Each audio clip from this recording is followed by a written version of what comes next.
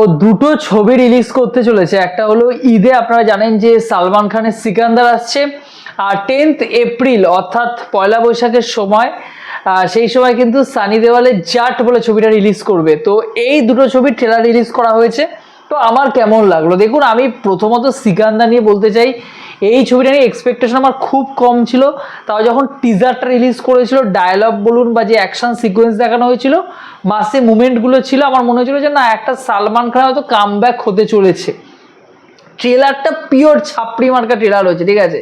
মানে এত ফালতু ট্রেলার বলিউডে আমি শেষ কয়েক বছরে মনে হয় সালমান খানের আগের ছবিটারই দেখেছিলাম, তারপরে এত ফালতু ট্রেলার আমি দেখিনি। মানে কিচ্ছু নেই ভাই ট্রেলারটার মধ্যে, কিচ্ছু নেই।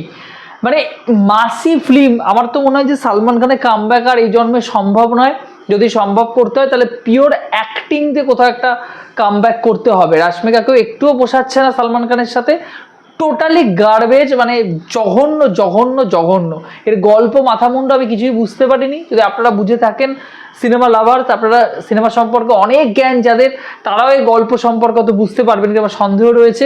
তো এত গভীরে গিয়ে পরিচালক, ডিরেক্টর, মানে ডিরেক্টর, প্রডিউসার, লেখক তারা লিখেছেন আর কি, আমার বোঝার বাইরে। আমি সিকান্দার নিয়ে কোনো এক্সাইটমেন্ট নেই, অবভিয়াসলি দেখবো, দেখে রিভিউ করব। আমার যেটা ভালো লেগেছে জাটের ট্রেলারটা ভাই, মানে বরং এই ছবিটা নিয়ে আমার এক্সপেকটেশন আরও কম ছিল। পিওর মাসি মুভমেন্ট যেটাকে বলে, ঠিক আছে, পিওর মাস এন্টারটেন যেটাকে বলে, এন্টারটেন করা যেটাকে আমরা বলি আর কি, ঠিক আছে। একদম ফার্স্ট থেকে যেখানে বডি পাওয়া যাচ্ছে কয়েকটা একটা গ্রাম অঞ্চলে, কে করছে? হ্যাঁ, রানদীপ হুডার কথা উঠে যাচ্ছে। রানদীপ হুডা এখানে নেগেটিভ ক্যারেক্টার প্লে করছে। রানদীপ হুডাকে কেউ মানে সে হলো শহরের মাসিহা আর কি, ঠিক আছে। তাকে কেউ ছুতে পর্যন্ত পারে না, তার দিকে আঙুল তুলতে পারে না, সে কেটে ছড়িয়ে রাখে গ্রামকে। সেই সময় দেখুন, এই গল্প নিয়ে আগে হাজারবার ছবি হয়েছে, কিন্তু ওই যে অ্যাকশন সিকোয়েন্স, ওই যে এন্ট্রি মুভমেন্ট, সানি দেওয়ালের ডায়লগ, ঠিক আছে, তার যে পিওর যে ডায়লগগুলো রয়েছে, বা সানি দেওয়াল তো ভালো অভিনেতা, আমার তো মনে হয় যে সানি দেওয়াল, ববি দেওয়াল দুজনেই ভালো অভিনেতা।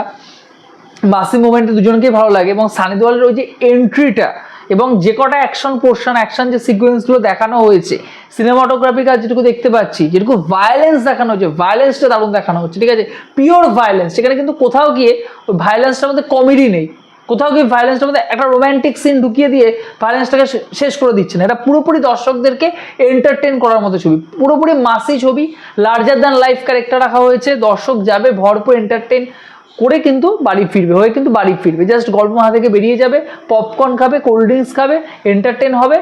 যখন বেরোবে গল্প মাথা থেকে বেরিয়ে যাবে, ব্যাস হয়ে গেল, গল্প শেষ, সিনেমা শেষ, টিকিটের টাকা উসুল হয়ে যাবে। আমি এই ধারার ছবি দেখতে, যদি মাসি ছবি দেখতে হয়, হ্যাঁ, মাথা খাটাবো না যেখানে, তাহলে ভাই এই ধারার ছবি দেখবো, ঠিক আছে।